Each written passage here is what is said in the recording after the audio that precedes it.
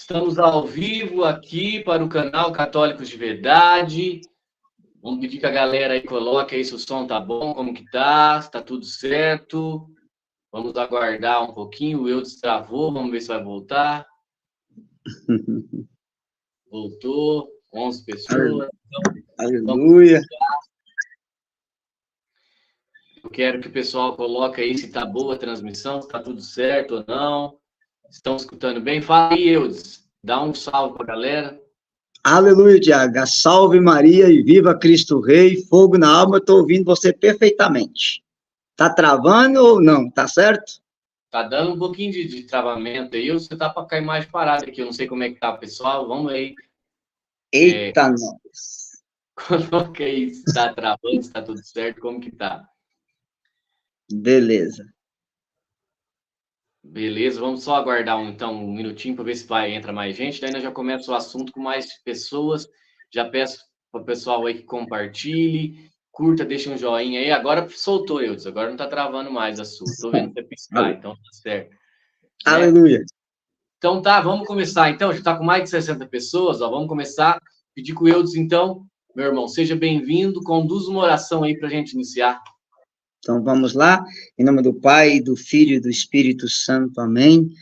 Senhor Jesus, nós te pedimos agora que o Senhor possa enviar sobre cada um de nós a unção do teu Espírito Santo, que o Senhor possa colocar nos nossos lábios, as palavras que sozinho nós não somos capazes de falar, e ao mesmo tempo abrir os ouvidos de quem vai assistir essa live para entender a palavra que será anunciada. A tua palavra diz que o Espírito da verdade nos convencerá de toda a verdade. Nós pedimos agora a unção do Espírito Santo para convencer os nossos corações da verdade. Vem, Espírito Santo, acende no coração de cada filho amado que vai ver essa live o fogo do seu amor, e que eles sejam transformados e que a verdade possa curá-los e libertá-los pela intercessão daquela que é a esposa do Divino Espírito Santo. Rogai por nós, Santa Mãe de Deus, para que sejamos dignos das promessas de Cristo. Amém. Em nome do Pai, do Filho e do Espírito Santo. Amém. Nós temos um pequenino problema, né, Eudes? Aqui, como de apologética aí, que é as imagens, idolatria, porque todos os dias, eu pelo menos todos os dias aqui no canal Católico de Verdade, eu recebo mensagenzinhas dos protestantes, e daí eles já vêm com Êxodo 20, Salmo 115, fala que católico é tudo adorador de imagem, que só há um mediador entre Deus e os homens, é Jesus Cristo, que não pode pedir para Nossa Senhora, para a imagem, para santo, aquela conversa de papagaio de pirata, que é sempre a mesma conversa. Mas, passando um pouquinho de tempo, nós temos que desmascarar essa máscara protestante. Então, sim, eu queria que você já começasse esse desmascaramento hoje na nossa live. Sim. Então, vamos começar, Tiago, com 3 pontos importantes. Primeiro, é preciso dizer para as pessoas que estão nos assistindo que as igrejas protestantes da Reforma, elas usam imagem, tanto luterana quanto anglicana, e que não há nenhuma condenação das imagens pelos reformadores protestantes. Aí já é o primeiro ponto que a gente precisa ficar sabendo. Número 2, no século VII, na igreja, houve uma heresia chamada iconoclastas. Eram as pessoas que, contaminadas pelas ideias dos muçulmanos, começaram a destruir as imagens. E no ano 787, foi feito um concílio, tá? O segundo concílio ecumênico de Niceia, sobre esse assunto. E esse concílio de Niceia, no século VII, olha onde é que está, ou seja, pelo menos 800 anos antes da Reforma Protestante, ele definiu 2 coisas. Primeiro, a imagem é para nós a ocasião de um encontro pessoal com a graça do Espírito Santo, com aquilo que ela representa. Quanto mais se olha para a imagem, mais se lembra daquela que ela representa e se esforça por imitar. São João Damasceno, que foi o grande defensor desse concílio, ele dizia, aquilo que a Bíblia é para aqueles que lê, as imagens são para aqueles que não lê. E ele dizia, a beleza das imagens estimula a minha oração. No final aqui eu vou mostrar uma imagem para o pessoal, um ícone, vou explicar o ícone para vocês entenderem o que São João da Cruz, perdão, São João Damasceno dizia sobre isso. E de maneira dogmática, esse concílio, no ano 787, ele diz: nós definimos com todo o rigor e cuidado a semelhança da representação da cruz preciosa, assim as veneradas e sagradas imagens pintadas em mosaico, quer em qualquer outro material adaptado, deve ser exposta nas santas igrejas de Deus, tá? Nas alfaias sagradas, nos paramentos, nas paredes, nas mesas, nas casas, na rua. Sejam elas a imagem de nosso Senhor Jesus Cristo, da Imaculada Nossa Mãe, dos anjos e de todos os santos justos, não para serem adoradas, mas simplesmente para serem veneradas. Isso aqui foi uma definição dogmática no Concílio de Nicéia, volto a repetir, 800 anos antes da Reforma Protestante. Então, a gente já tem que saber que a igreja primitiva, ela usava a imagem, Tiago, eu vou mostrar isso no final. Depois, o Concílio de Trento, que foi feito na época da Reforma Protestante, na seção 25 do Concílio de Trento, diz assim, ó, devemos conservar, sobretudo nas igrejas, as imagens de Cristo, da Virgem Maria, do Santo, e dar-lhes veneração. Depois eu vou explicar o que é adoração, latria, né? O que é veneração, dulos, dulia, respeito. E aí ele diz, não se creia, isso é o Concílio de Trento, seção 25, haver nelas algo do divino, ou uma força em virtude do qual se deve honrar, ou que se deve pedir alguma coisa a elas e pôr a própria confiança nas imagens, como os pagãos faziam antigamente, o qual colocava sua esperança nos ídolos. A honra que prestamos às santas imagens se refere ao protótipo que elas representam. Nas imagens que beijamos, diante dos quais nos descobrimos e nos ajoelhamos, nós adoramos Cristo e honramos os santos que foram nossos heróis da fé. Isso é a seção 25 do Concílio de Trento. Para falar a verdade, dizer, só isso aqui gera razão para a gente entender toda a doutrina da igreja sobre as imagens. Posso citar um outro exemplo, Tiago? São Gregório Magno, que foi um papa da igreja que morreu no ano 604, então ele é o final do século VI, tá? Ele escreveu uma carta ao bispo de Marsella e ele dizia assim, tu não devias quebrar o que foi colocado nas igrejas, não para ser adorado, mas simplesmente para ser venerado. Uma coisa é adorar uma imagem, outra coisa é aprender mediante essa imagem a quem dirige as suas orações. O que a Bíblia é para aqueles que sabem ler, a imagem é para os ignorantes. Mediante as imagens, eles aprendem o caminho a seguir. A imagem é a Bíblia daqueles que não sabem ler. Isso é São Gregório Magno, no ano 600, quase 900 anos antes da Reforma Protestante.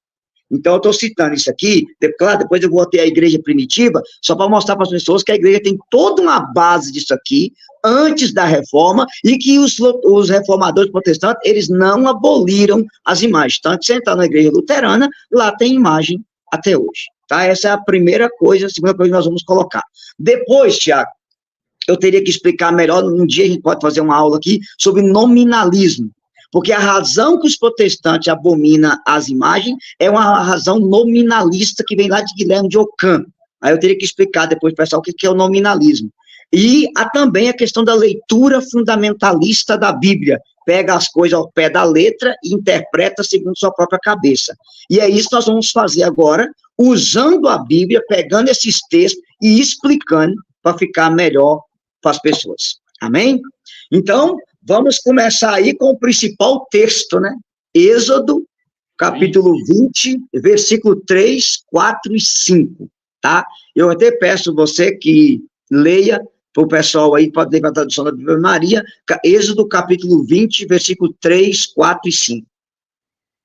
Então tá, Bíblia da Ave Maria, página 120, quem tiver com a Bíblia da Ave Maria acompanhando a live, Êxodo 20, versículo 3.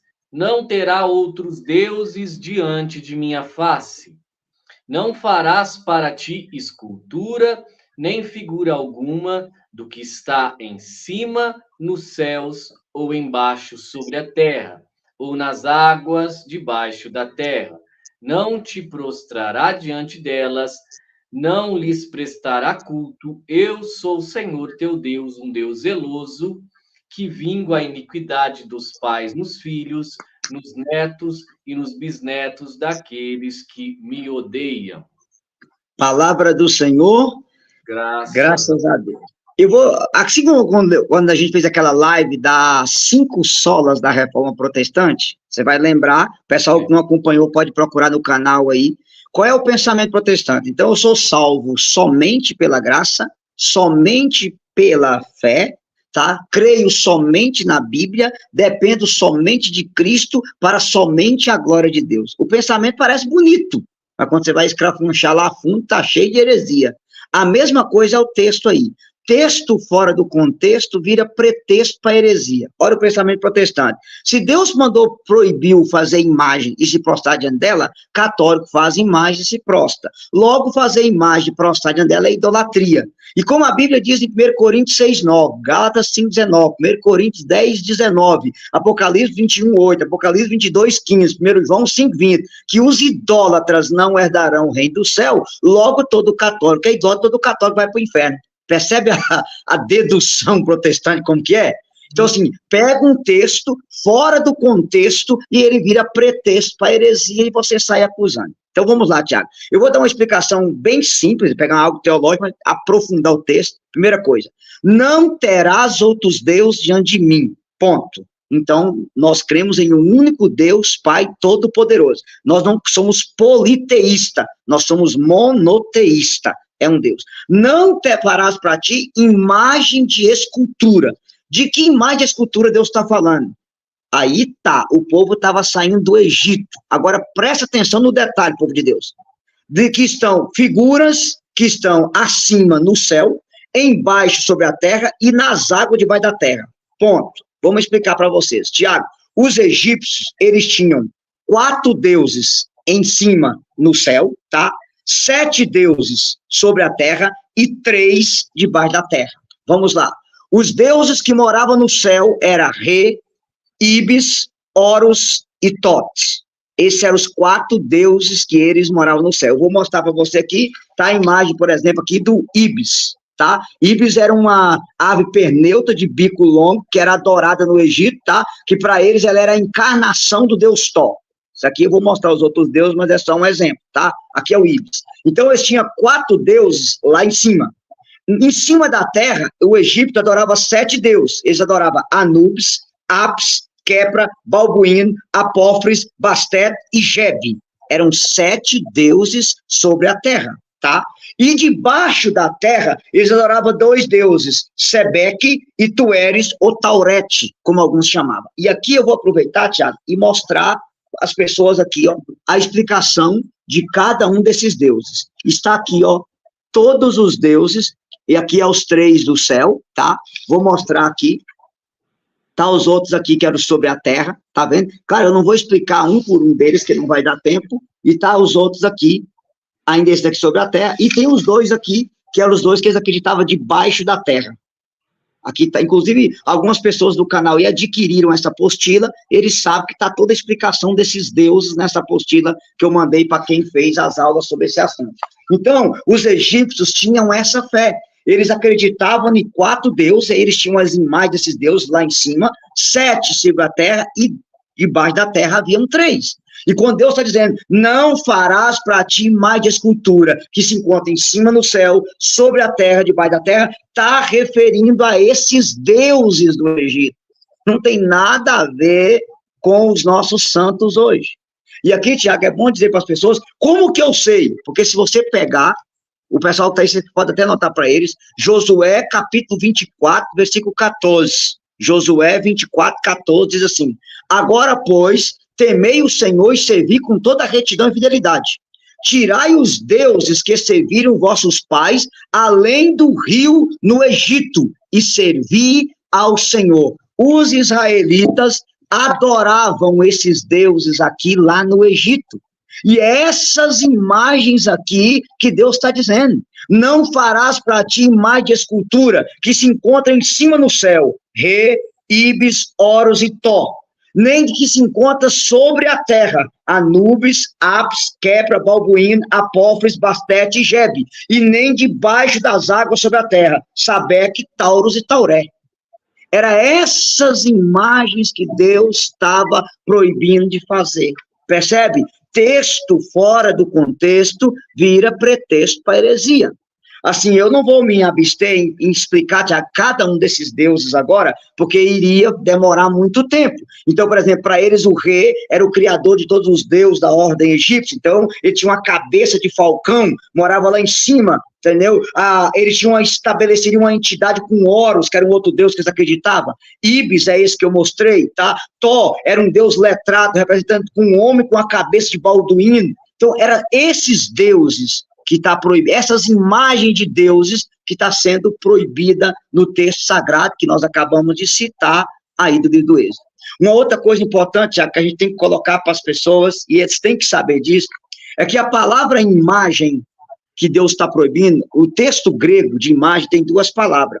Uma se diz ícone, a outra se diz eidolon. E você tem que saber isso, quem está nos assistindo agora. O que é um ícone e o que é um ídolo? Os dois é uma imagem. Qual a diferença? O ícone é uma criatura, uma imagem feita pelas mãos humanas, mas ela não é colocada no lugar de Deus. Ela aponta para Deus. Ela é uma janela que me remete para Deus. O ídolo, ao contrário, também é uma imagem, mas é uma imagem de um falso Deus, tá? Que substitui o único Deus, que é atribuído àquela imagem poderes divinos e é oferecido a ela sacrifício.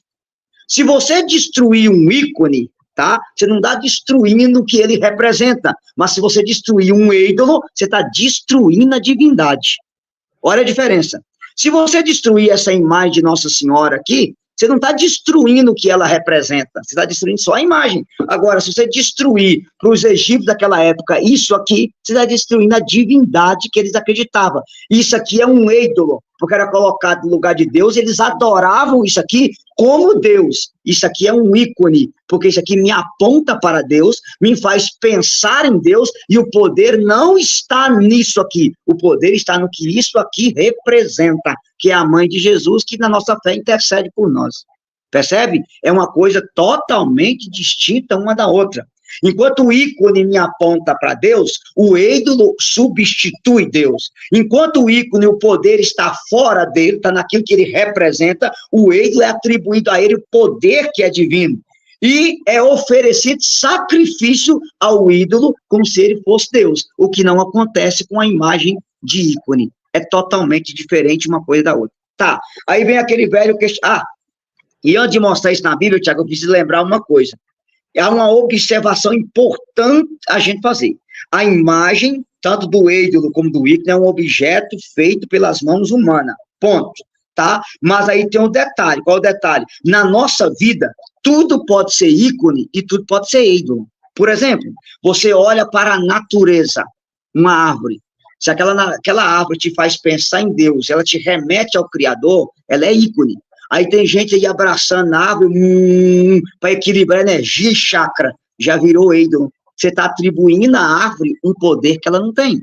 Se você usa uma planta igual comigo, ninguém pode na sua casa, que você vê que aquela planta é bonita e ela é criatura de Deus, ela é ícone. Se você usa ela acreditando que ela atrai um chakra para espantar mal olhado, ela virou ídolo. O seu dinheiro pode ser ícone e pode ser ídolo. Se ele é um dinheiro honesto, do trabalho, do suor do seu rosto, você usa ele para fazer o bem, ele é ícone. Se você é escravo do dinheiro, é um dinheiro sujo, é um dinheiro corrupto, ele virou ídolo. O seu filho pode ser ícone, pode ser ídolo. A sua esposa pode ser ícone e pode ser ídolo. Resumindo, tudo na nossa vida que ocupa o lugar de Deus é ídolo. Tudo que me aponta para Deus é ícone. Entendeu a diferença? Então, aquilo que me aponta, que me remete para Deus, é ícone. Aquilo que ocupou o lugar de Deus é ídolo. Então, quando a imagem me remete para Deus, se eu olho para uma imagem da Virgem Maria, uma imagem de Santa Teresinha, uma imagem de São Miguel, ela me aponta a Deus. Ela é ícone. O poder não está nela, o poder está em Deus. Se aquilo ocupou o lugar de Deus, aí virou um ídolo. Aí é uma outra história e o pecado é da idolatria. Estou explicando bem devagar, Tiago, se o pessoal não entender, você pede eles que pergunte que a gente explica de novo, tá? Mas vamos para a Bíblia. Aonde... Quem não tiver entendendo pode parar, né, o barco. Tá, vamos para a Bíblia. Como que eu sei disso? Porque na Bíblia, o próprio Deus mandou fazer imagem, Tiago. Aqui eu vou citar 4 versículos no livro do Êxodo, que Deus manda fazer imagem. Então vamos lá. Você que está com a palavra de Deus aí, Tiago, para eles. Êxodo 25, fazendo favor. No versículo 10, Deus manda fazer a Arca da Aliança. Agora veja, leia para nós aí o versículo 18. Êxodo 25, 18.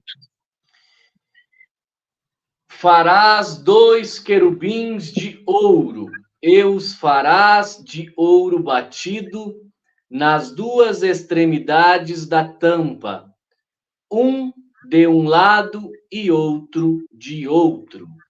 Ótimo. Você pode ler também o versículo 22, Tiago. Êxodo 25, 22.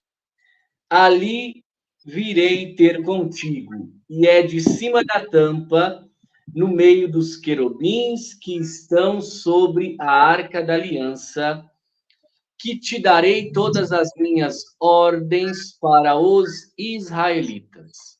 Pronto. Primeira coisa, Deus mandou fazer 2 imagens de anjo, 2 querubins de ouro. Querubim é anjo. Aqui está a imagem de São Miguel Arcanjo. Primeiro, Deus mandou fazer 2 imagens. Então, se fosse abominação fazer imagem, por que Deus mandaria fazer? E um detalhe, além de mandar fazer imagem, ele falava com o povo de Israel no meio das 2 imagens. O texto é claro. Ali virei ter contigo, e é no meio dos querubins que darei as minhas ordens. Ou seja, ele fez 2 imagens e falava com Moisés no meio das imagens.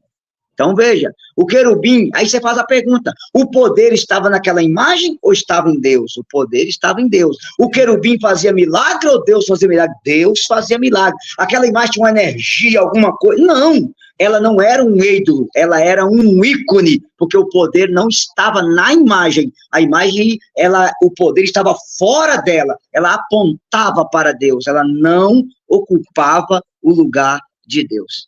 Às vezes, Tiago, quando eu rodo para esse Brasil afora, dando catequese em algumas paróquias, quando você mostra esse versículo na Bíblia, 90% dos católicos, eu pergunto assim, quem não conhecia, levanta a mão. 90% não conhece.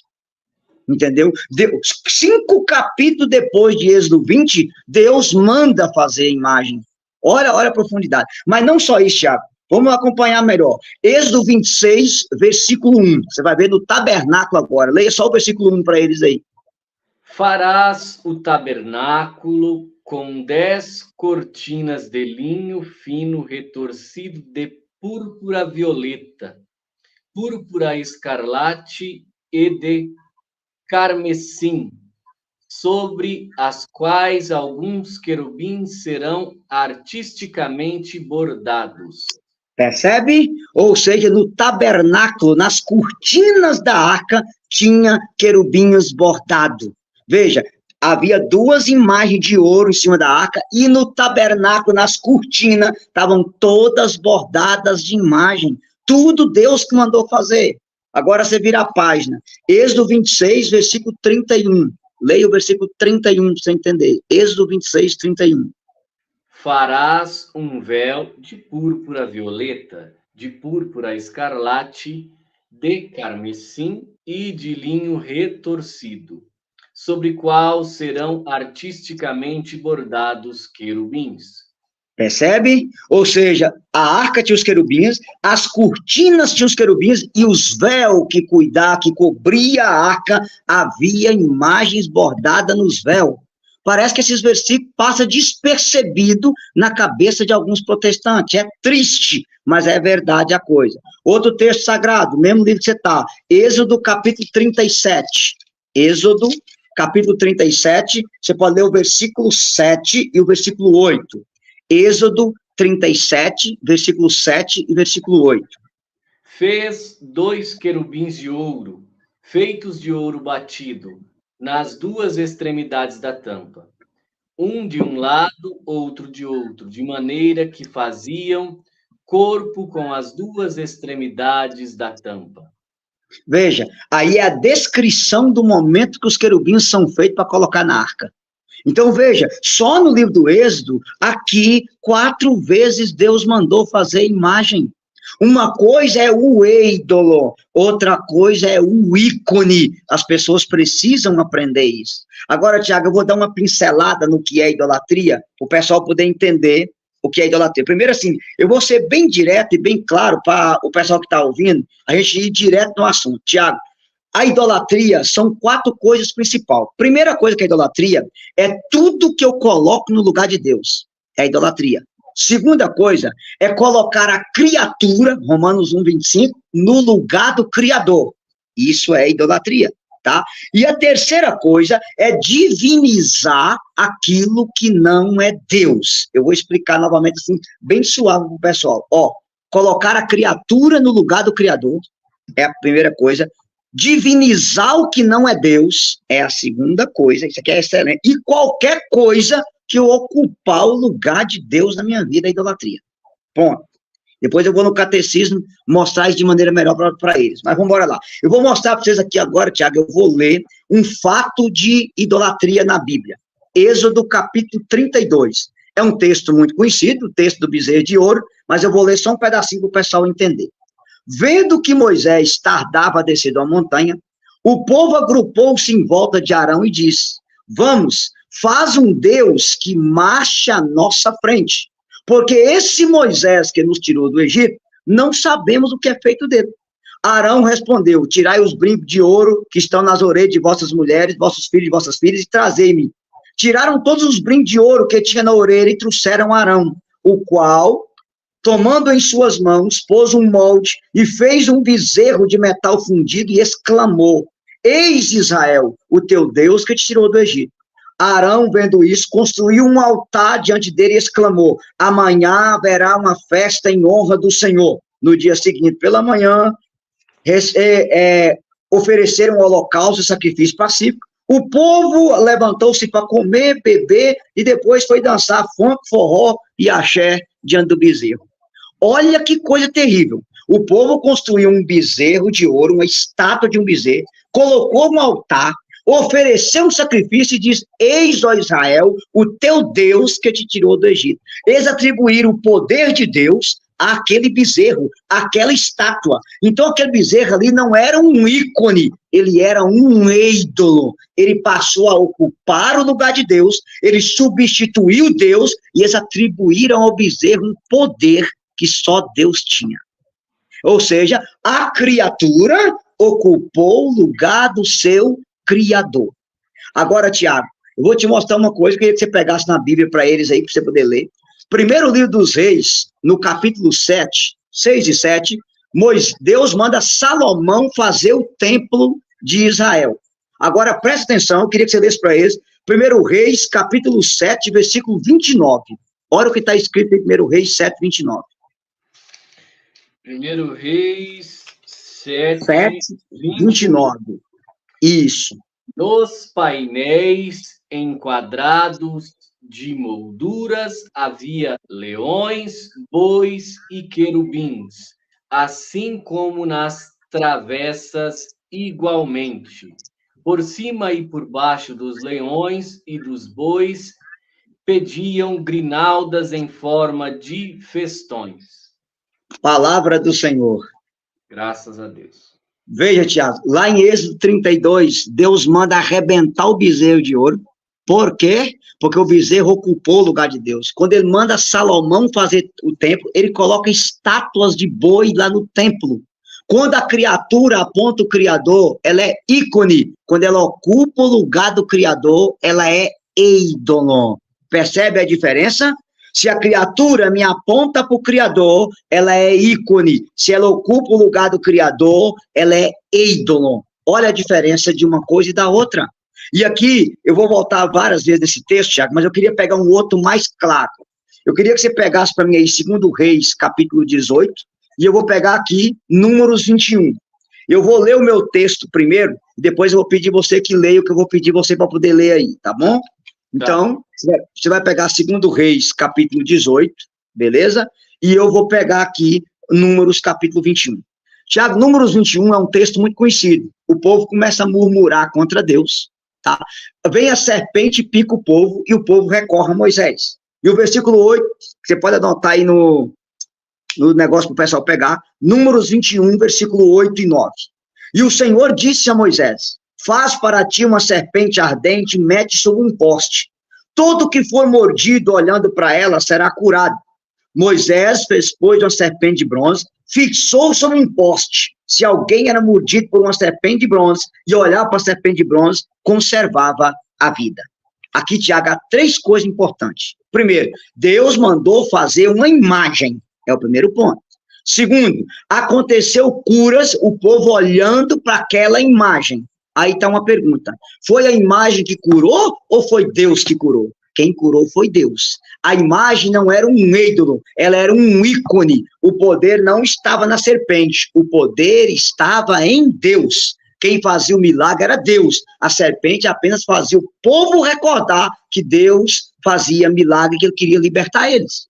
Então aí vem um ponto. Se eu faço uma oração diante de uma imagem de Nossa Senhora, diante de uma imagem de São Miguel, e recebo uma cura, não foi a imagem que me curou. Quem me curou foi Deus. O poder não está na imagem. O poder está em Deus. Então, se Deus usou aquela serpente, o povo olhava para ela e era curado, ela não era um ídolo, ela era um ícone. Ela não ocupava o lugar de Deus, ela apontava para Deus. O povo, ao olhar para Nossa Senhora, para essa pequena imagem, ela não ocupa o lugar de Deus, ela aponta para Deus. O poder não está na imagem, o poder está em Deus. O povo, ao olhar para uma imagem de São Miguel Arcanjo, ele não ocupa o lugar de Deus. Ele me aponta para Deus. Ele me vai pensar em Deus. Essa imagem não tem poder. O poder não está nela. O poder está em Deus. Logo, ela não é um ídolo. Ela é um ícone. Tá.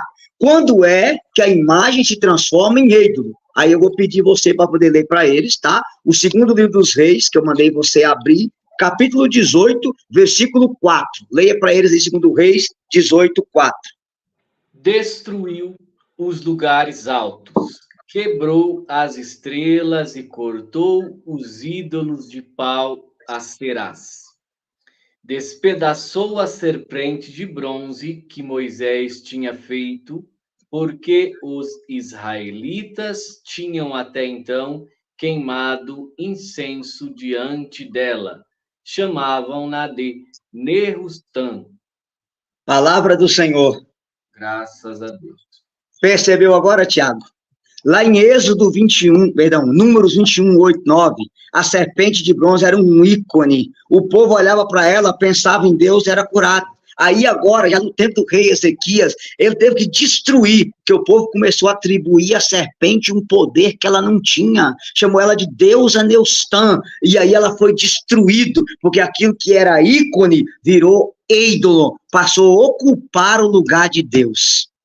Percebe agora a diferença de uma coisa e outra? Então, você fazer um paralelo. Êxodo 32, do 1 ao 6, o povo faz um bezerro de ouro e adora o bezerro como se fosse Deus.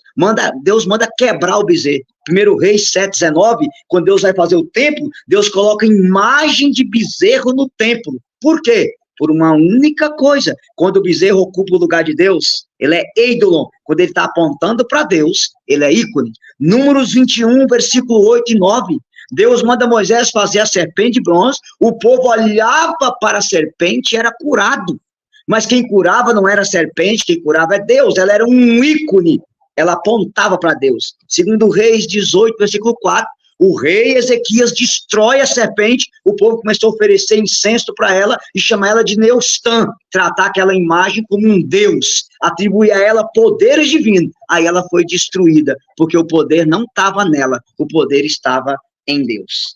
Cara, eu penso que até aqui o pessoal está entendendo. Pergunta para mim aí se tem alguma dúvida sobre o assunto para a gente continuar. Tá. Tem alguma dúvida? Tá muito claro. Coloca aí, dê um feedback, escreva no comentário aí as pessoas que estão conosco. Se está tudo certo, se está entendendo, tá? Dê um feedback para nós. Vamos ver se alguém vai falar alguma coisa. Então, se estiver ficando claro, a gente pode explicar melhor. Outro texto, Tiago, que eu quero pegar, que eu preciso que você pegue aí, Livro da Sabedoria, capítulo 16, na Bíblia Ave Maria, acho que é página 855. Sabedoria 16. Eu queria que você lesse para eles, que vai ficar mais claro ainda, tá? 855 da Ave Maria. Sabedoria 16, você lê versículos 5, 6 e 7, mas quando chegar no 7, você repete ele 2 vezes para mim. Sabedoria 16, 5, 6, 7. Efetivamente, quando o cruel furor dos animais atingiu também, e quando pereceram com a mordedura de sinuosas serpentes, vossa cólera não durou até o fim. Foram por pouco tempo atormentados para sua correção. Eles possuíram um sinal de salvação que lhes lembrava o preceito de vossa lei. E quem se voltava para ele era salvo, não em vista do objeto que olhava, mas por vós, Senhor, que sois o Salvador de todos. E quem Isso, repete. voltava para ele era salvo, não em vista do objeto que olhava, mas por vós, Senhor, que sois o Salvador de todos. Palavra do Senhor. Graças a Deus. Cara, eu penso que mais claro do que isso é impossível. Inclusive, assim, eu preciso que você anote isso aí e manda para o pessoal que está nos acompanhando no chat. Olha, quem se voltava para o objeto, para a serpente, era curado. Não em vista do objeto, mas por vós, Senhor, que sois Salvador. Ou seja, a oração não se dirige à imagem, mas ao protótipo dela. O que é isso? Aquilo que ela representa, conforme falou com Cid Trento. Então, assim, isso aqui está claro, está nítido. Uma outra coisa, Tiago, que é bom a gente lembrar. Eles possuíam um sinal de salvação. Aqui há um peso. Por quê? O que era o sinal da salvação? A serpente levantada num poste. Aí você vai recordar que lá no Evangelho de João, na conversa de Jesus com Nicodemos, João capítulo 3, versículo 14, Jesus fala o quê? Como Moisés levantou a serpente no deserto, assim o Filho do Homem será levantado, para que todo aquele que nele crê não pereça, mas tenha a vida eterna. O povo da antiga aliança olhava com a serpente levantada num poste. Hoje o sinal da nossa salvação é a cruz. É Cristo levantado na cruz, que é o sinal da nossa salvação. Gente, qualquer criança, até o Chaves, isso, entende isso aqui, pelo amor de Deus. Entendeu? Não tem nenhuma dúvida da situação. Então, veja bem, o povo olhava para a serpente, hoje nós olhamos para a cruz. Como Moisés levantou a serpente, o Filho do Homem será levantado. Onde que ele foi levantado? Na cruz do Calvário. Por isso a cruz é o sinal da nossa salvação. A cruz, Cristo crucificado, é o sinal da salvação do povo, da nova e eterna aliança. E nós olhamos para a cruz, não vamos esquecer que Apocalipse 1, versículo 7, né? Olharão para aquele que o transpassaram. Nós olhamos para a cruz, como o povo da antiga aliança olhava para a serpente levantada em um poste. Então, assim, eu penso que aqui a gente já precisa entender a ligação da antiga aliança com a nova aliança. Mas vamos lá, Tiago, eu penso que até agora eu vou pegar alguns textos mais importantes. O pessoal respondeu, disse que está tudo certo, está claro, está tudo entendido. Então, beleza, maravilha. Agora vamos para um outro ponto, Tiago, que a gente tem que ter noção. Para acusar a gente de idólatra, os protestantes, eles usam a técnica calvinista, né, de bombardear você do versículo bíblico. Então, Êxodo 20, Deuteronômio 4:14, Deuteronômio 5:8, Levítico 26, versículo 1, Salmo 115, Salmo 135, Isaías 42:8, Isaías 44:9-14, Isaías 45:20, Abacuque 2:18, Gálatas 5:19, 1 Coríntios 10:6-9, 1 Coríntios 10:16, 1 João 5:20 e Apocalipse 21:8 e Apocalipse 22:15. Olha pra você ver, a cabeça aqui desse tamanho é boa que decora. Então, vamos lá. Eu poderia pegar esses versículos e ia ficar a noite toda explicando, mas vamos pegar os principais, porque todos eles têm o mesmo sentido. Então, a gente vai pegar agora o Salmo 115, que é um dos mais usados, que na Bíblia da Ave Maria, quem está com a Bíblia da Ave Maria é o 113, né? Porque é a tradução grega. Então, eu queria que você lesse para eles aí, Salmo 113 na Ave Maria, 115 nas outras, o versículo 3, 4, 5, 6 e 7, fazendo favor. O mar à vista disso, fugiu. O Jordão volveu atrás. Os Não. O 113, a partir do versículo 11. Perdão, eu errei, Tiago. 113, versículo 11, né? Lá embaixo. Nosso Deus está nos céus. Ele faz tudo o que lhe apraz. Quanto a seus ídolos de ouro e prata, são eles simples obras da mão dos homens. Tem boca, mas não falam. Olhos, mas não podem ver. Tem ouvidos, mas não ouvem. Nariz, mas não podem cheirar. Tem mãos, mas não apalpam. Pés e não podem andar.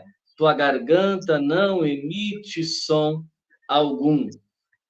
Semelhante a eles sejam os que os fabricam e quantos neles põem sua confiança. Palavra do Senhor.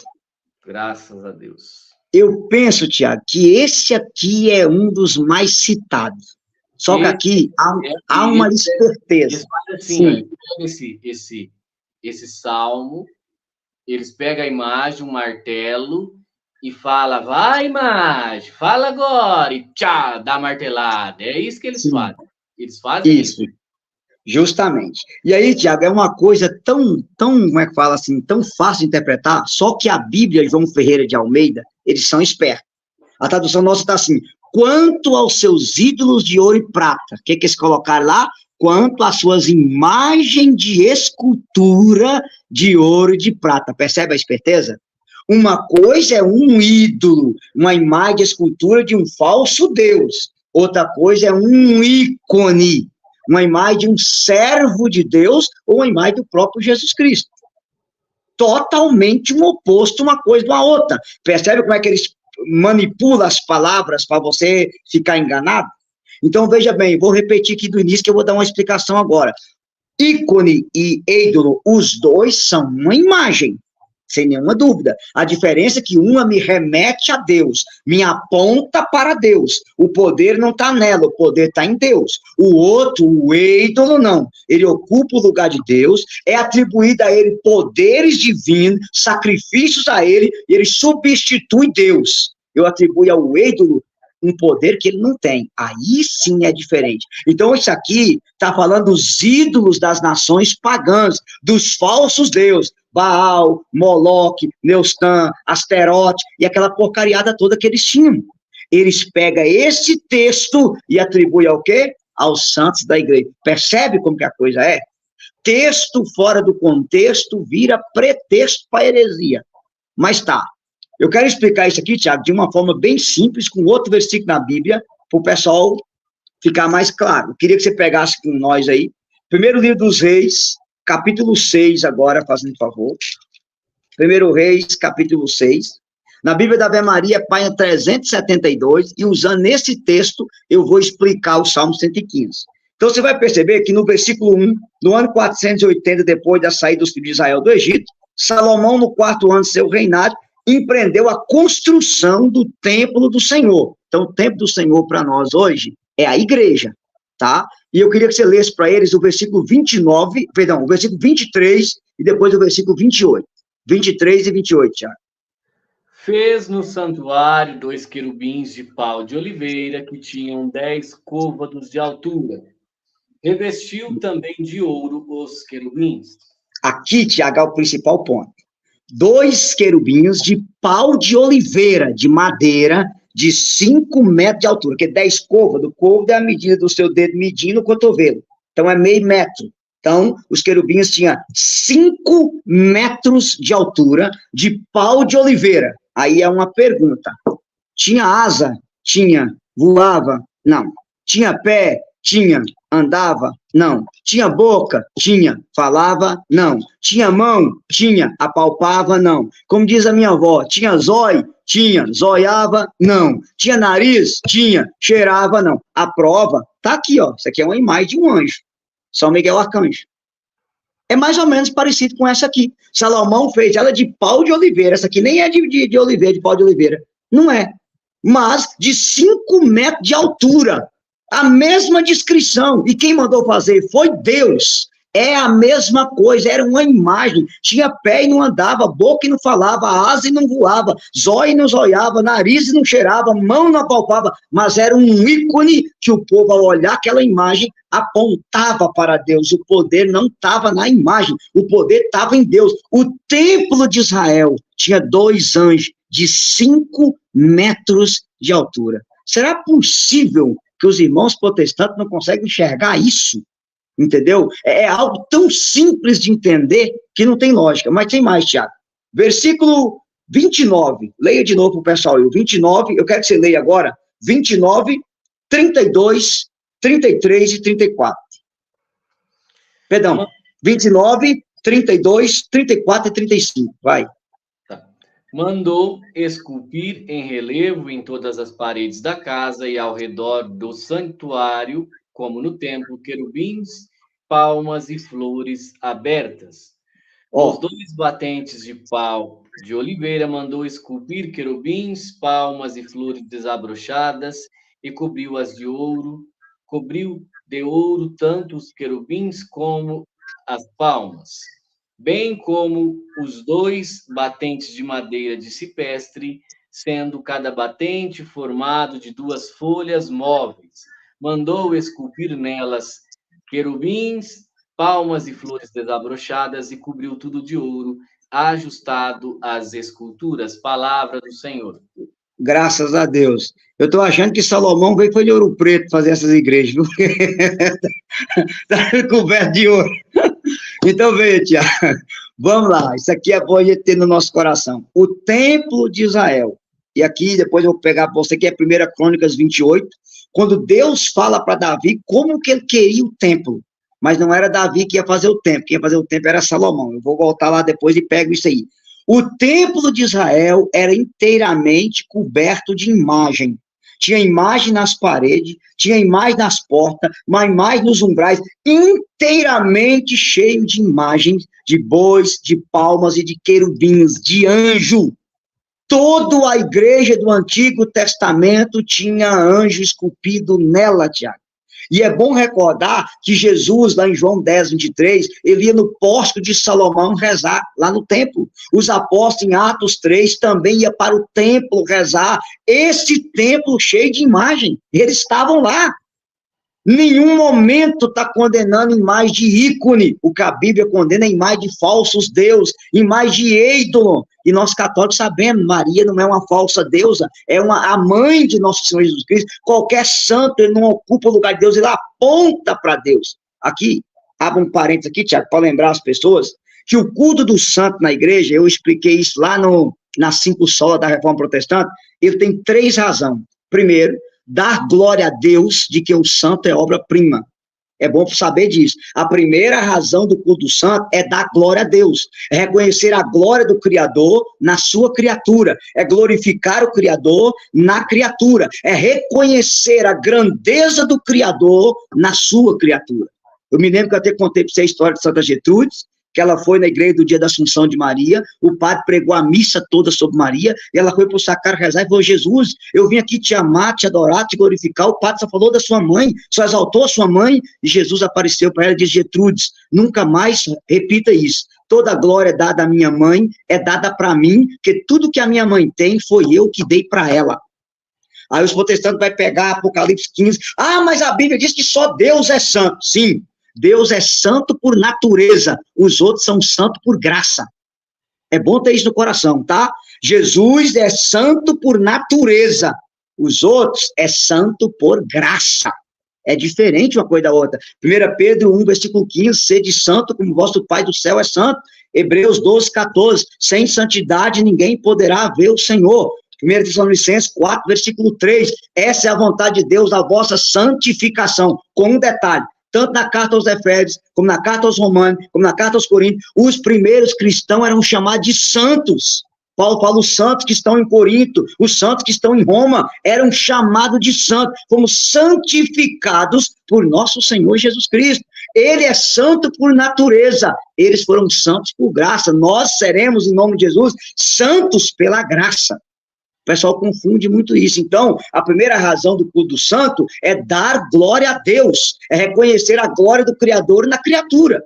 A segunda razão do culto do santo, Tiago, é modelo de vida a ser imitado. Quando a igreja coloca um santo, é para dizer a você que ele imitou Cristo e que você pode imitar ele, que se você imitar ele, você está imitando Jesus.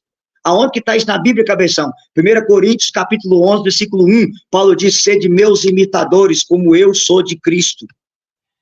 Filipenses 3,17, sede meus imitadores, como eu sou do Senhor. Hebreus 13, versículo 7, lembrai daqueles que vos pregaram a palavra, que são vossos guias, imitai-lhes a fé. Cara, isso está na palavra de Deus. Eu sei que eu estou falando isso rápido, Tiago, mas o pessoal depois pode pegar e parar e anotar.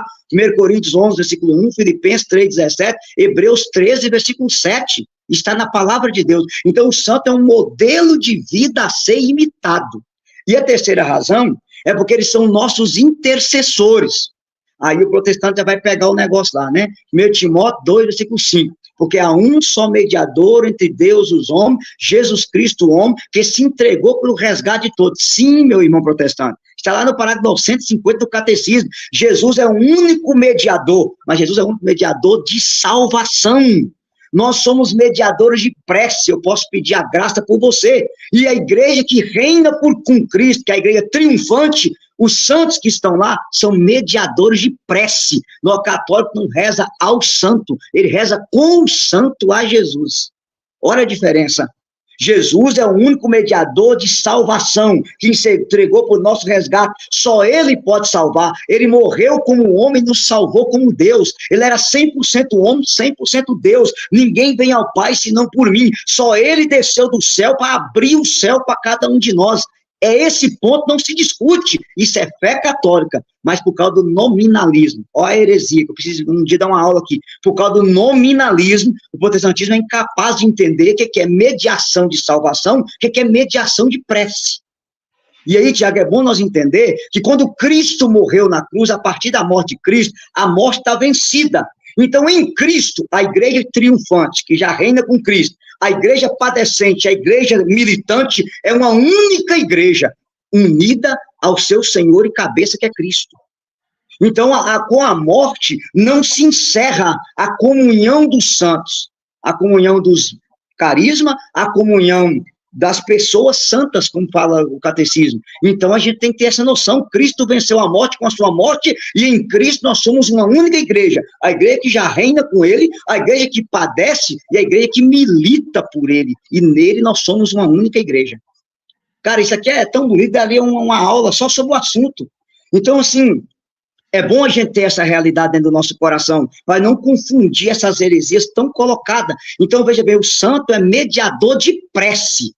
Como eu sou, como você é. Se eu faço uma oração por você e você recebe a cura, não fui eu que te curei, foi Cristo que te curou. Eu fui o mediador de prece que pedi.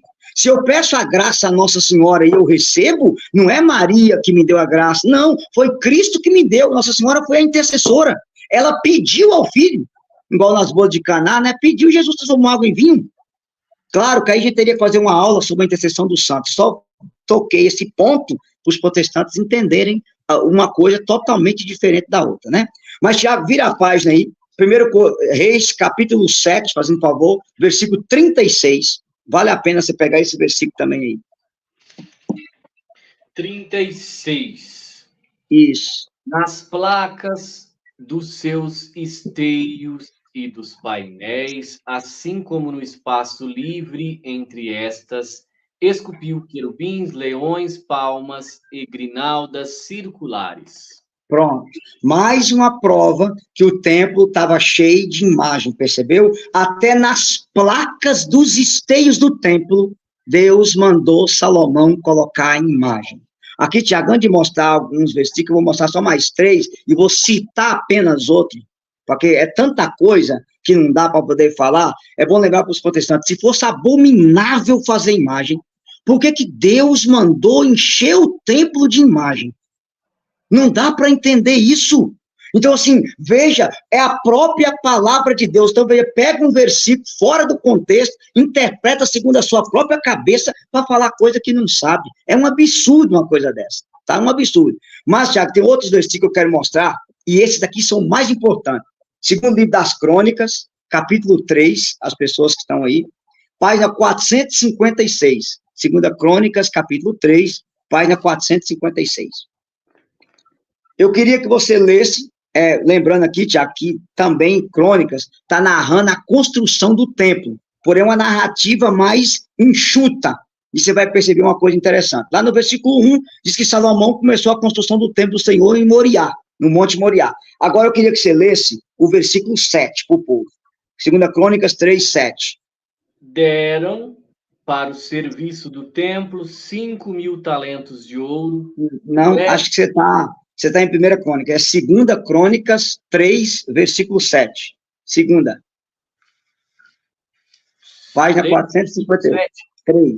3, 7. Tá.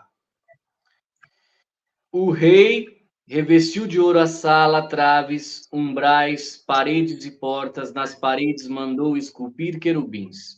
Pronto, enxugou. Agora, Tiago, o que eu quero citar aqui é diferente. O templo de Israel, ele tinha 3 repartições. Ele tinha o pátio, o santuário e o santo do santo. O santo do santo era um local que o sacerdote entrava uma vez por ano. Você vai recordar de Lucas 1, dos 5 ao 15, quando Zacarias, pai de João Batista, entra lá e o arcanjo Gabriel vai aparecer para ele lá na sala do santo do santo. Essa sala o sacerdote entrava uma vez por ano para oferecer sacrifício a Deus.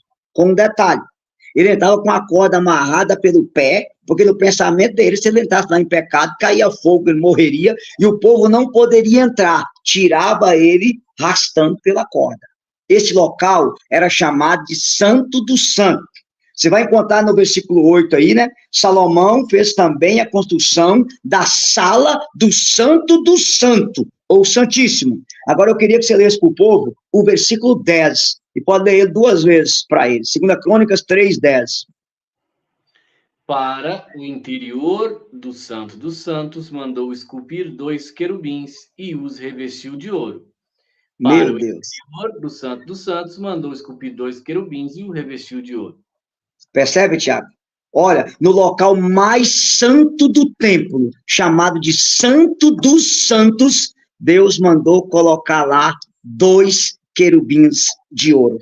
Se fosse abominável fazer imagem, por que Deus mandaria colocar 2 imagens dentro do Santo do Santo? Não dá para entender uma coisa dessa, cara. Não dá.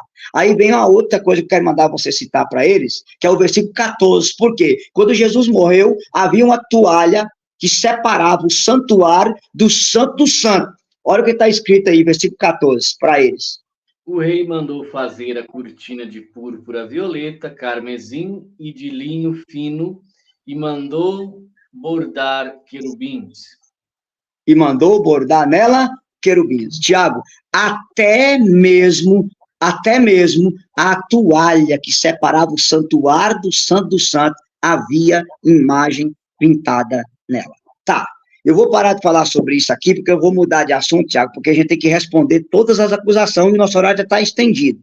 Mas eu queria que você colocasse para o povo aí, ó, se vocês quiserem na Bíblia mais versículo que Deus mandou fazer imagem. Posso citar aí, ó, Números 7:89. Você pode anotar e mandar eles lá. Esse texto diz que Deus comunicava com Moisés no meio das 2 imagens de anjo. Números 7:89. Depois, 1 Crônicas 28, 18 e 19. 1 Crônicas 28, 18 e 19. Nesse texto vai dizer que Deus está dizendo para Davi como que ele quer que construa o templo. E Deus fala para ele mandar fazer 2 imagens de querubins para dentro do templo. 1 Crônicas 28, 18 e 19. O outro texto é Ezequiel, capítulo 41, do 17 ao 22. Ezequiel 41, 17 ao 22, quando Ezequiel entra no templo e ele vai descrevendo todas as imagens que tinha dentro do templo de Israel. Então, se você quiser conferir mais versículos, vocês podem conferir esses versículos aí da palavra de Deus. Tá. Aí, Tiago, eu quero responder agora, para a gente ir para o final, e aí, às vezes, alguém quer fazer alguma pergunta. A questão do prostrar não é adorar. Por quê? Uma vez eu conversei quem aqui já conhece a gente, sabe que a minha família inteira é protestante. Eu tenho um irmão que é pastor, a minha mãe é obreira, a minha irmã foi obreira, agora é pregador, todo mundo protestante. Uma parte é da congregação cristã, outra da Universal, outra da Assembleia. Então, É onde que eu fui nascer. Louvado seja Deus por isso, né? Bendito seja Deus. Então, veja bem, o questionamento que eles me fazem é o seguinte, só vou citar, tá? Não vou pegar para não demorar. O meu irmão fala assim, tá bom, você me convenceu que Deus mandou fazer mais na Bíblia, mas tem uma coisa interessante. Aonde que está na Bíblia uma pessoa prostrada diante de uma imagem? Porque a Bíblia diz em Atos 10, 26, que quando Cornélio se prostrou diante de Pedro, Pedro disse para Cornélio, levanta, eu sou homem como tu, prostra diante de Deus. Apocalipse 19, versículo 10, quando o anjo Miguel vai se prostrar diante de João, quando João se prostra diante do anjo Miguel, o anjo manda João levantar e fala, prostra diante de Deus. Se Pedro não aceitou Cornélio prostrar diante dele, se Miguel não aceitou João prostrar diante dele, por que vocês católicos prostra diante das imagens? E isso não é idolatria? Percebe que a perguntinha é bem interessante, tá? Bem interessante se o católico não conhecesse a Bíblia. Como isso aqui vai ficar gravado, eu vou citar para as pessoas. Por exemplo, Êxodo 18, versículo 2. Abraão prostrou diante dos 3 anjos, e ele não adorou os anjos. Gênesis 27, 29. Isaac se prostra diante de Jacó, ele não adorou. Gênesis 44, versículo 14. Os irmãos de José prostraram diante de José, eles não adoraram. Êxodo 18, versículo 7. Moisés se prostrou diante do seu sogro Jetro, ele não adorou o sogro. 1 Samuel 25, 23. Abigail se prostrou diante de Davi, ela não adorou Davi. Números 22, 31. Balaão se prostrou diante do anjo, ele não adorou o anjo. 2 Samuel 14, 22. Joabe se prostra diante de Davi, ele não adorou Davi. 2 Reis 4, 37. A mulher prostra diante de Eliseu, ela não adorou Eliseu. Eu dei aqui já 10 versículos na Bíblia. Claro que eu não sou bobo, eu vou pegar o principal e vou explicar isso aí que o protestante usa. Mas vamos lá. Primeira coisa importante, Thiago. Ajoelhar é um ato de piedade e não um ato de idolatria. É a primeira coisa que o católico tem que saber, tá? Ajoelhar diante de uma imagem, de um crucifixo, é um ato de piedade e não de idolatria. Segundo, ajoelhar para reverenciar é uma coisa, ajoelhar para adorar é outra coisa. Tem diferença. Então, aqui Frei Damião, aquele profeta lá do Nordeste, dizia, né, católico, o seu joelho se dobra diante do crucifixo, mas a sua alma se curva diante daquele que foi crucificado. Olha que coisa bonita, cara. O seu joelho se dobra diante do crucifixo, mas a sua alma se curva diante daquele que foi crucificado. Tá, o que nós vamos fazer? Eu vou mostrar para você na Bíblia um versículo que tem o prostrar para adorar e o prostrar para reverenciar. Vou explicar o versículo de Atos que ele cita e vou mostrar alguém de joelho diante de uma imagem. Ponto. Aí fica explicado. Então eu queria que você lesse para eles aí, primeiro livro das Crônicas, capítulo 29, fazendo favor, versículo 20. Primeira Crônicas, 29, versículo 20. Crônicas 29, versículo 20. Versículo 20, isso. Primeira Crônicas 29, 20. Depois disse a toda a assembleia, bendizei ao Senhor nosso Deus, e toda a assembleia bendisse ao Senhor, o Deus de seus pais, inclinando-se e prostrando-se diante do Senhor e diante do rei. Percebeu? Diante do Senhor, eles adoraram. Diante dos reis, eles reverenciaram. O rei aí é Davi. Então, nesse versículo, há a diferença da prostrar para venerar, para respeitar, sinal de respeito, para reverenciar, e o prostrar para adorar. Diante do rei Davi, eles reverenciaram. Diante de Deus, eles adoraram. Volto à questão do nominalismo de Guilherme de Ockham. Ou seja, o que é o nominalismo? Se você prostra, já é adoração. O protestante é incapaz de entender que tem o prostrar para reverenciar e o prostrar para adorar. Agora, Tiago, Vamos embora pegar o... Sim. A gente pode dar um exemplo que não é nem católico, mas os japoneses, eles, por respeito ao outro, eles reverenciam o outro quando eles vão cumprimentar. Sim, justamente. E eles estão adorando só porque eles reverenciaram? Claro que não. Os soldados diante da bandeira nacional, eles reverenciam a bandeira, mas eles não reverenciam o objeto, mas aquilo que o objeto representa. Entendeu? Simplesmente. Agora, Tiago, eu queria que você pegasse o Atos 10, versículo 25, lá na página 1426, Atos 10, 25, e leia para o pessoal aí o que está escrito em Atos 10, 25, para você entender. Atos 10, 25. 25. Isso. Quando Pedro estava para entrar, Cornélio saiu a recebê-lo e prostrou-se aos seus pés para adorá-lo. Percebeu agora? Aí Pedro fala, levanta, eu sou homem como tu. Cornélio se prostrou para adorá-lo e não para reverenciá-lo. Olha a diferença, Tiago. Olha a diferença. Então, o pessoal tem que ter esse conhecimento, católico que está nos assistindo, que vai ver essa live depois, pelo amor de Deus, compre uma Bíblia, compre um catecismo da igreja, leia, estude. Católico ignorante é futuro protestante, protestante que procura a verdade, volta para a igreja católica, que ela é a coluna e sustentáculo da verdade, 1 Timóteo 3,15. Então, assim, é umas coisas que... E agora vem, mas aonde está na Bíblia uma pessoa de joelho diante de uma imagem? Aí nós, cabeção não é bobo, eu vou mostrar. Pega para mim, Tiago, nós vamos ler para eles, livro de Josué, fazendo favor, capítulo 7. Josué, capítulo 7, versículo 6, página 258. Josué, capítulo 7, versículo 6, página 258. Josué rasgou suas vestes e prostrou-se em face por terra até a tarde diante da arca do Senhor, tanto ele como os anciãos de Israel, e cobriram de pó suas cabeças. Pronto, Tiago. Ele rasgou as vestes e prostrou diante da arca. Vamos supor que a minha Bíblia é a arca. A arca tinha o que em cima dela? 2 imagens, 2 querubins de ouro. Josué rasgou as suas vestes e prostrou com a face por terra diante de 2 imagens. Está claro na palavra de Deus. Inclusive, eu trouxe para mostrar aqui, não vai dar pepino, porque ninguém vai saber quem é. Eu até fiz questão de pegar na internet, já de imprimir. Esse casal de pastores evangélicos da Igreja Assembleia de Deus, vou mostrar mais perto, de joelho diante de uma arca com 2 imagens em cima.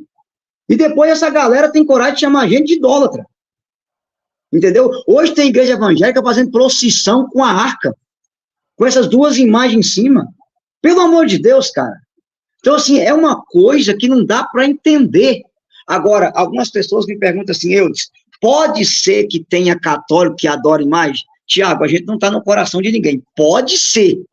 Inclusive, tem muita superstição aí. Gente enfia Santo Antônio dentro da geladeira, põe café no pé de São Benedito, e tudo isso é idolatria. Tudo isso é coisa do cão. Gente que vai a Bom Jesus da Lapa e bate uma pedrinha lá, se a pedrinha tinia, eu volto, não tinia, eu não volto. Infelizmente, há muita superstição religiosa usando o nome do santo. E isso é idolatria mesmo. Mas isso não é o ensino da Igreja Católica. Isso aí é devoção particular, devoção popular, infelizmente exagerada, sem uma verdadeira catequese. Infelizmente, graças à heresia da libertação, que tirou a beleza da catequese do povo católico.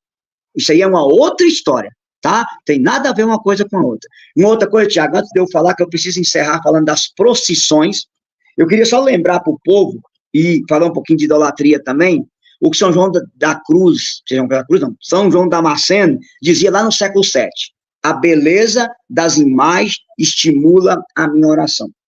Eu vou mostrar isso aqui, Tiago, não sei se eu vou conseguir, o pessoal vai conseguir enxergar. Isso aqui, gente, é o ícone da Santíssima Trindade. Percebe?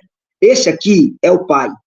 Ele tem uma roupa que você não sabe descrever, porque não tem como você descrever quem é Deus. No dia que você entender Deus, ele deixa de ser Deus. O peito do Pai é azul, porque Deus é amor. O do meio aqui é o Filho. Ele tem a parte roxa e a parte azul. Roxa, porque ele é homem. Azul, porque ele é Deus. Ele é 100% homem e ele é 100% Deus. E perceba que ele tem uma estola, porque ele é sacerdote eternamente, segundo a ordem do rei Melquisedeque. Os 2 dedos dele estão apontados para o cálice, e dentro do cálice tem uma cabeça de cordeiro. Ele é o cordeiro de Deus que tira o pecado do mundo e dá o seu sangue no cálice do altar, que é a Santa Missa.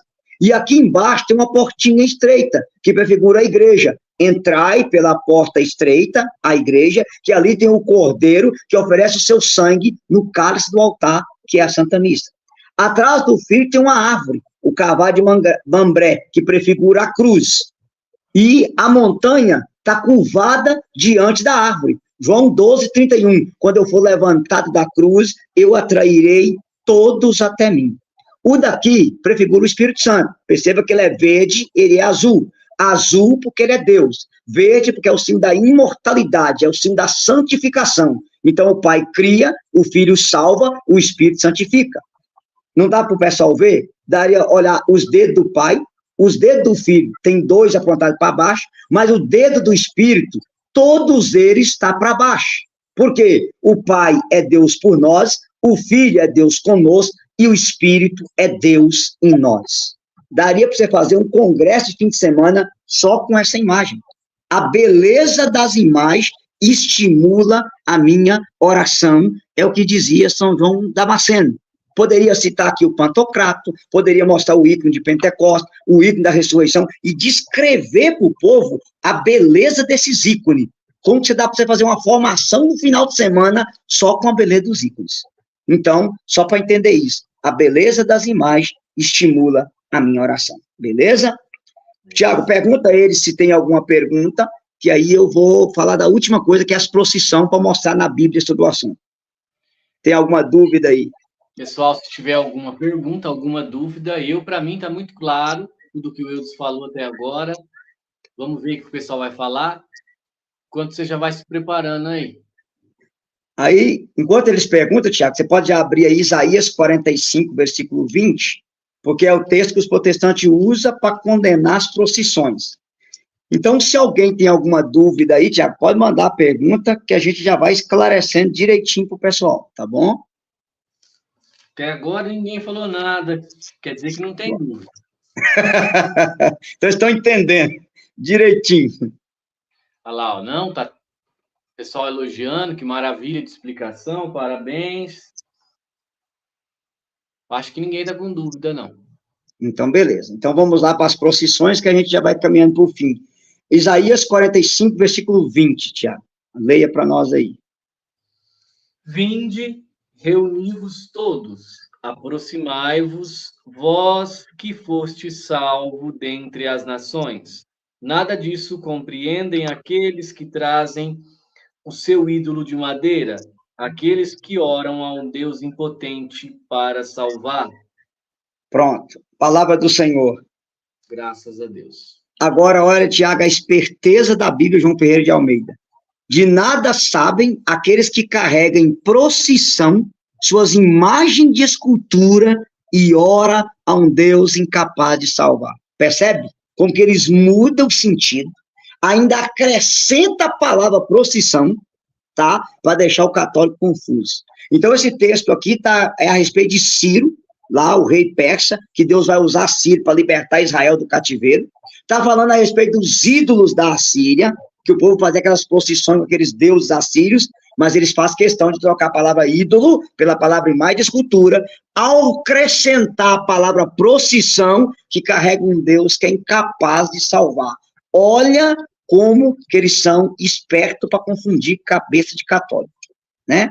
Mas tá, aonde tem na Bíblia procissão com imagem? Tiago, 1, 2, 3, 4, 5, 6, 7, 8, 9, 10, 11, 12, 13. Há 13 versículos na Bíblia mostrando procissão com imagem.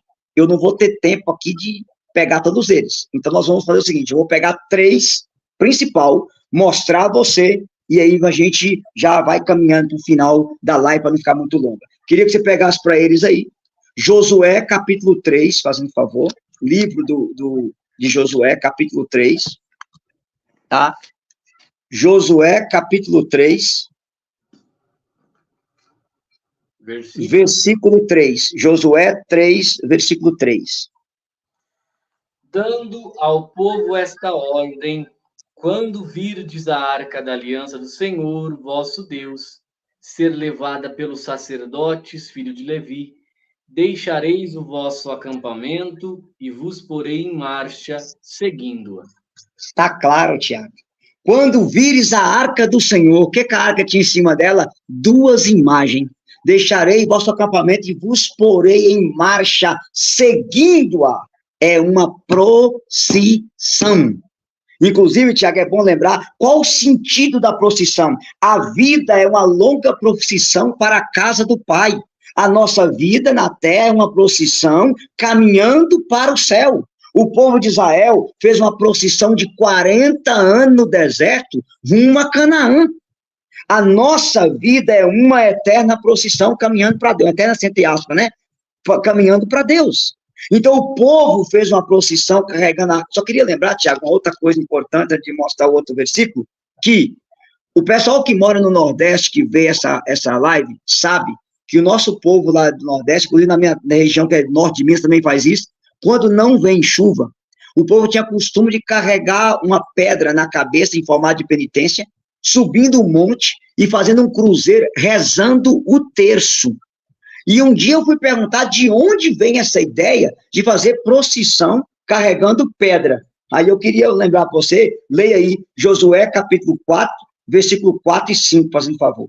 Josué 4, versículo 4 e 5.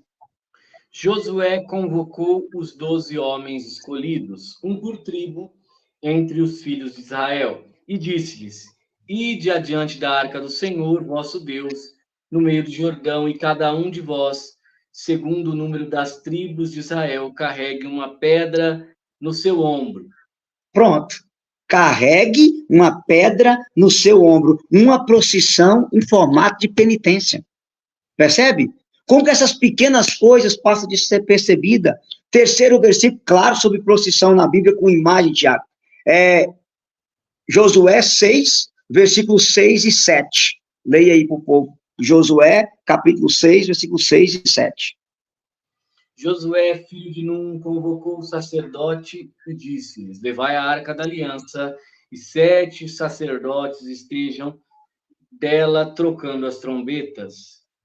E disse em seguida ao povo: Avante, dai volta à cidade, marchando os guerreiros diante da arca do Senhor. Pronto. As muralhas de Jericó, o povo deu 7 voltas atrás da arca. Foi uma procissão. O que a arca tinha em cima dela? 2 querubins de ouro. Esses eram uma procissão usando imagem. O pior é que a gente está cansado de ver pregação sobre o cerco de Jericó, fazer cerco de Jericó, e parece que o povo católico esquece que o cerco de Jericó foi uma procissão usando 2 imagens, gente. E aqui, Tiago, eu poderia citar, por exemplo, falei aqui, ó, Números 10, 33, 36. É a primeira procissão da Bíblia. Moisés faz uma procissão com a arca. Depois, 1 Samuel 4, versículo 4 e 5. Há uma outra procissão quando a arca caminha para a guerra com os filisteus. Depois, 2 Samuel 6, do 1 ao 23. Davi vai transportar a arca de Obed para a casa de Obed-edom, depois do santuário. É uma procissão. 1 Crônicas, capítulo 13, do 1 ao 18. É uma outra procissão. 1 Reis, capítulo 8, versículo do 5 ao 9. É uma outra procissão. Poderia citar 2 Crônicas, capítulo 5, do 5 ao 8. Também tem uma outra procissão. Tudo usando a arca da aliança, com as 2 imagens de querubim em cima dela. Então, vamos contar outra, porque essa daí não cola a questão das imagens. Mas, Tiago, eu preciso, antes de mostrar o catecismo para encerrar, mostrar para o povo uma outra coisa. Aí vem, a igreja primitiva usava ou não usava imagem? Usava, tá? E eu vou mostrar para o pessoal, ó, essas imagens aqui é tudo do século I, século II e século III. Aqui, por exemplo, a catacumba de Priscila tem os 3 jovens na fornalha, Sidraque, Misaque e Abidego. Tá aqui, ó, século II.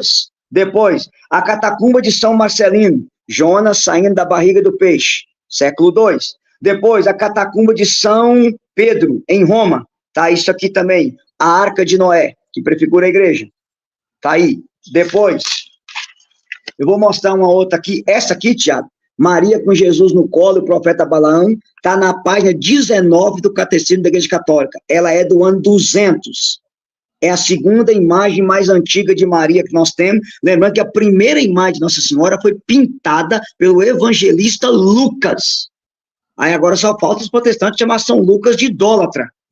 A primeira imagem da Virgem Maria, quem pintou foi o evangelista Lucas, gente. Pelo amor de Deus.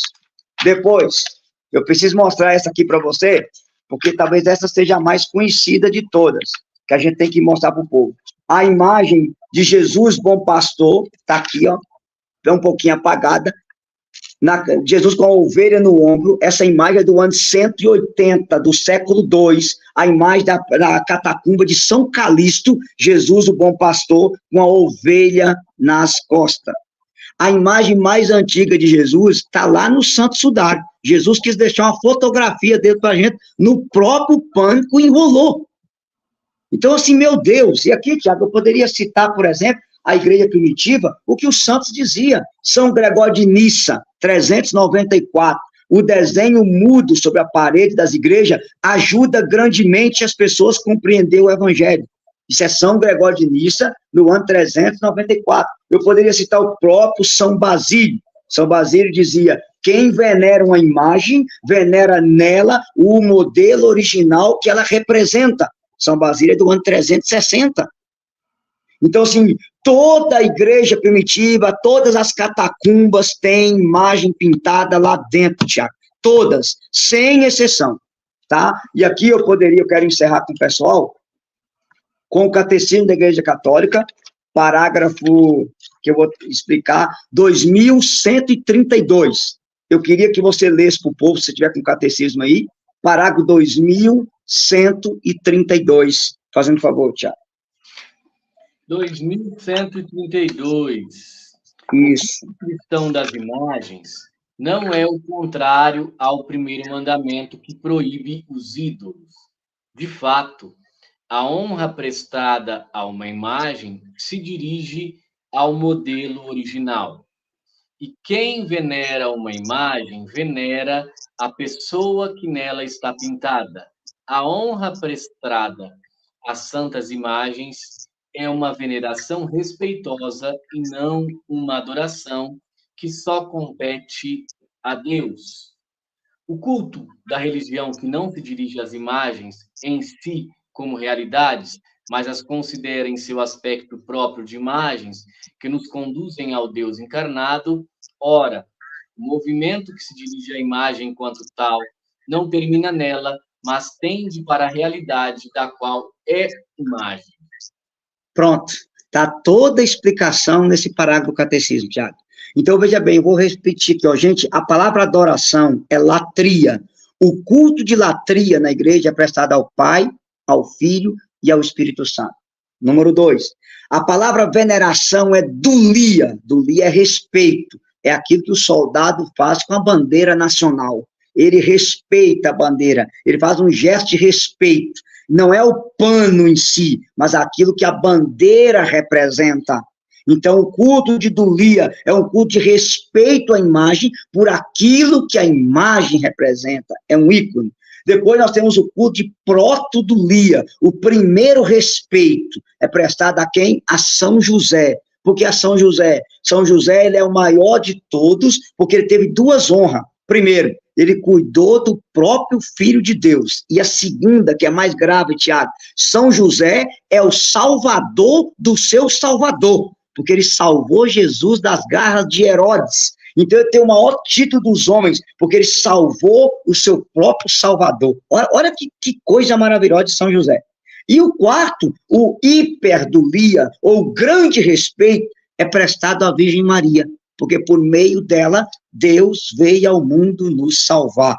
Então, gente, o culto de latria, de adoração, é prestado ao Pai, ao Filho e ao Espírito Santo. Isso aqui tem que ficar na cabeça dos católicos, pelo amor de Deus, tá? Inclusive, Tiago, é bom, só queria dizer para o pessoal que se alguém quiser essa apostila, pode entrar lá, você vai deixar o link para eles, tem essa apostila das imagens do santo. Eu queria até só lembrar uma coisa que eu esqueci, Tiago, queria que você pegasse para eles a questão das relíquias. Por que que a igreja usa relíquia de santo? E a gente crê que Deus pode usar as relíquias para fazer milagre. Pode. E a base disso é bíblica. Pega para mim aí, 2 Reis, capítulo 13, fazendo favor. 2º livro dos Reis, capítulo 13. Eu queria que você lesse para eles aí, versículo 20 e 21. 2 Reis 13, 20 e 21, página 413 da Bíblia Ave Maria. Eliseu morreu e foi sepultado. Guerrilheiros moabitas faziam cada ano incursões na terra. Ora, aconteceu que um grupo de pessoas estava a enterrar um homem, viu uma turma desses guerrilheiros e jogou o cadáver no túmulo de Eliseu. O morto, ao tocar os ossos de Eliseu, voltou à vida e pôs-se de pé. Pronto, tá a base. Queria lembrar, Tiago, 4 coisas sobre as relíquias.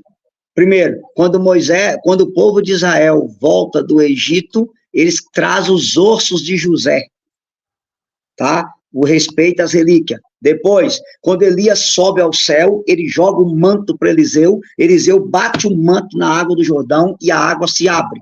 Aqui, os ossos de Eliseu ressuscitam morto. Atos 19, versículo 7, diz que os lenços de Paulo eram levados aos doentes e os doentes eram curados. Essa é a base que a igreja usa, as relíquias do santo, e a gente crê que Deus, por meio delas, pode fazer milagre, e a base está aqui na palavra de Deus, tá bom? Queria deixar isso assim de lembrança. E dizer para o povo, Tiago, também, quem quiser adquirir aquele pendrive que eu tenho, que são 22 aulas sobre doutrina católica. Aí lá a gente tem tempo de trabalhar tudo. Há uma aula só das imagens, uma só de idolatria, uma só de procissão e uma só de relíquia. E uma só de santo e uma só de imortalidade da alma para responder os adventistas. Aí tem uma de sábado e domingo, tem uma sobre a virgindade perpétua de Maria, Assunção, outra de Imaculada Conceição, uma outra porque Jesus chamava Maria de mulher, tem uma do purgatório, uma das indulgências, uma das orações dos mortos. São 22 aulas. Então, se vocês quiserem, Tiago vai mandar depois o link para vocês aí. Beleza? Tiago, pergunta eles se tem alguma pergunta para a gente encerrar. Vou deixar o link na descrição do vídeo, dos cursos aí, do pendrive e da apostila do Eudes. E se tem alguma dúvida, eu acredito que não tem, o pessoal está perguntando de outra coisa, que pode ser uma live futura, né? Mas, pessoal, só agradecendo pela aula, que foi muito boa. Maravilha. Qual foi a pergunta que ela fez aí com a aula futura? Deixa eu ver aqui. Explicasse uma outra oportunidade sobre a suficiência da cruz. Ah, tá. Então a gente pode fazer uma aula sobre a cruz, sem problema. Tá bom? Porque aqui hoje, assim, a gente focou muito nessa questão das imagens, para ficar bem claro, mas a gente pode fazer depois uma aula, assim, como surgiu o sinal da cruz, a história, o significado da cruz. Então, a gente pode fazer sem problema, tá bom? Fechou. E do mais, Deus abençoe aí, profeta. E fogo na alma, homem. Agradecer o Eudes mais uma vez, né, por disponível. Dessa vez demorou para conseguir fazer essa live, mas graças a Deus saiu. E daí vai sair muitos e muitos vídeos dessa live, se Deus quiser também, para passar por vídeos menores. Beleza. Então, agradeço todo mundo que esteve presente na aula. Salve Maria, viva Cristo Rei, que Deus abençoe o descanso e agradeço o Eudes. Amém, Tiago. Deus abençoe todo mundo aí. O meu canal lá é Pregador Eudes Duarte, tem vários vídeos, se vocês quiserem participar, inclusive um sobre o purgatório que eu coloquei hoje. Deus abençoe vocês e fogo na alma e salve Maria!